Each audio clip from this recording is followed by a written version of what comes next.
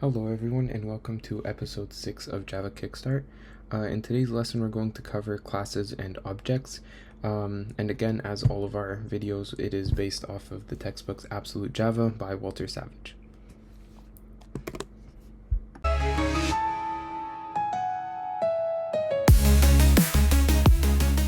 So just to recap from last video, we talked about methods, in which point we talked about a method that just does something or a method that returns a variable. And so if you haven't watched that video, this one is methods are quite essential for classes and objects, and so I would recommend that you go back and watch that video. Okay, so let's make a new Java class. Let's call it classes and objects. All right, so again, let's make our introduce our main method. And I'm going to introduce the whole idea of classes by introducing something that is essential in Java, which is the scanner class. Okay. Now, for the most part, let's just get there we go. Okay. So this is the syntax for introducing the scanner class. Okay. And so I'm sure you're wondering, what is the scanner? Well, the scanner allows you to read inputs from the console. So if I want to type in a number, for example, and get that input, I can use the scanner class to do that. Okay. And so similar to how we would make integer, for example, I equals 0. Okay. There's a little bit there's different syntax here in that I'm declaring the type. So let's call this actually input. So I'm gonna call input, I'm gonna make it of type scanner, and then I'm going to introduce a new scanner, and then with the following parameter. Okay, so let's go back to the methods for a second. You notice how when we wanted to get a value, for example, we would call a method and then get our return value. This is a little bit different, okay? In that this integer, if we were to compare it to this, okay, the integer is defining what I is. But with input, that's a different story. Scanner is defining what input is. And so what I'm trying to say is scanner is its entire own class, okay? And with the scanner, for example, say I want to get input, so if I want to get a value, for example, so we actually have to declare that inside this. There we go. So if I go I equals input dot next int, okay, and so this is how you would read an integer, okay, and then say for example we go system.out.print I. Let's go over here. Okay, let's give it a value. It'll print 4. Okay, so what if we go like I plus I? There we go, and we print 4 again, then we get 8. Okay, and so if you just at this point, I would expect that you guys are able to use the IDE to the best of your ability. So if I go double j equals 0 and then go j equals input dot next double, if you're not sure which one to use, just hit dot and then you'd get all of them. So you have next long, next next short and whatnot, and then next. I'm not gonna get too far in depth but beyond has an x boolean and all of these functions. I'm just gonna leave it simple for now, simply because again it's out of the scope for Java Kickstart. And so that's what I want you to know about the scanner class right now, and then we'll get into it a little bit deeper. But you'll notice that this has very similar syntax to this, for example.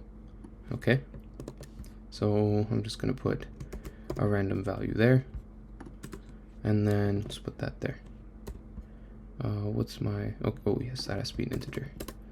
Okay, so let's put a 1 there. Okay, so it has very similar syntax. If you remove this, you'll notice it looks very similar to how this looks, and you'd be right. The thing is, when I have, I'm just gonna get there. Okay, when I have a method, I can call methods from other classes such as methods. right? So for example, this methods class, say I want to do an addition, okay? How do I do that? Well, first I'm going to declare a data type of type method, okay? There we go.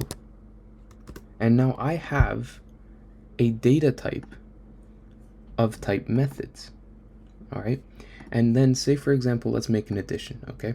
So let's go methods dot, this has to be public static, yes, okay. This might be the wrong type of methods though. Oh, no, it should be the right one. Okay, perfect. Okay, so when I want to call a method from here, similar to how I did it there, okay? Well, first things first, I have to have public methods. And then I can put any initialization values that I need, okay? And that, for example, would include values, right? Like I would need, for example, int A, int B, int C, okay?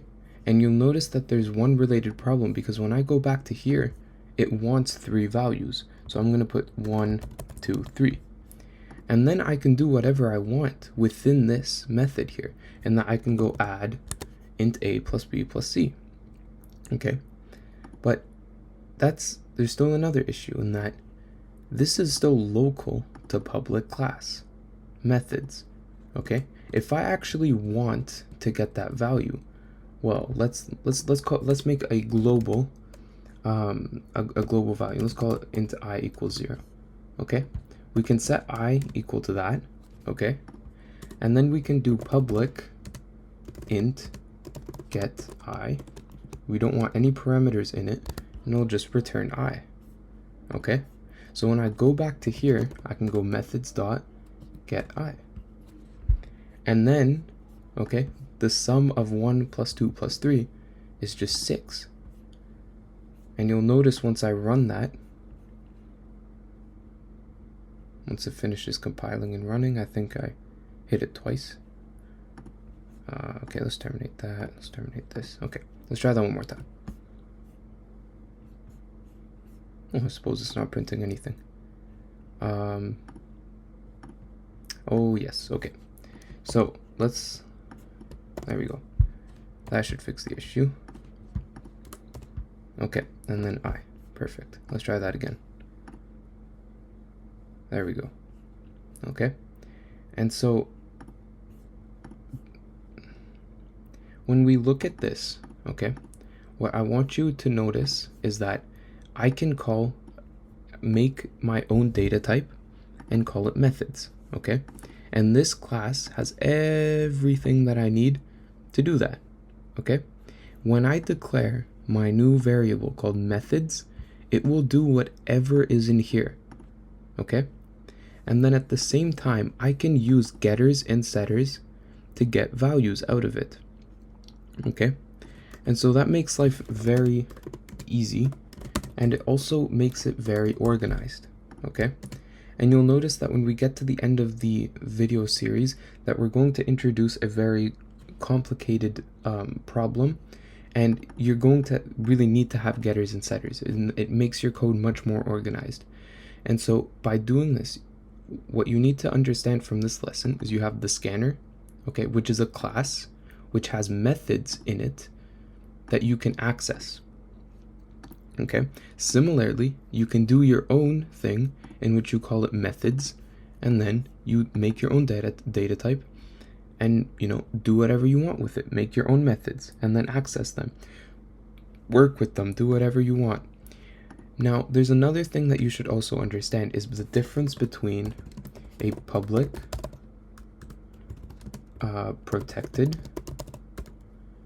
and private, okay? And so as they really sound, public, that means that this class can be accessed from anywhere within the same project, of course. And protected means from the same folder, okay? And then private means it can't be accessed anywhere. And you'll notice there's public class methods, and right? And that's why we can access it in classes and objects, okay? So if I go back and I put this into private, we have a problem, and is that you can't really call a class public. That's number one. You can't make a class private. But if I were to make this, for example, a private class, we'd have one related problem, and that I'm trying to access it from over here. Okay, if I switch that to protected, that problem is no longer there. But if I were to make another folder and try accessing it, that'd be too difficult. And so these public, protected, and private help with enhancing just the security of your code so that you don't make mistakes that you don't want to make, or make changes that shouldn't have been made. And so in this lesson, we talked about private, public, and protected. Okay, and those are ways that you can control the how accessible your code is. At the same time, we talked about the scanner class, which is a class that you can make into a data type, and then from that you can access its methods and then use it to get inputs from the console. At the same time, you can make your own, which in this case we used methods from last video, and then we accessed its values here. We're using our own method, okay? And then we printed that value, which you should know how to print stuff by now. And so that's all for today's video, and we'll see you in the next one.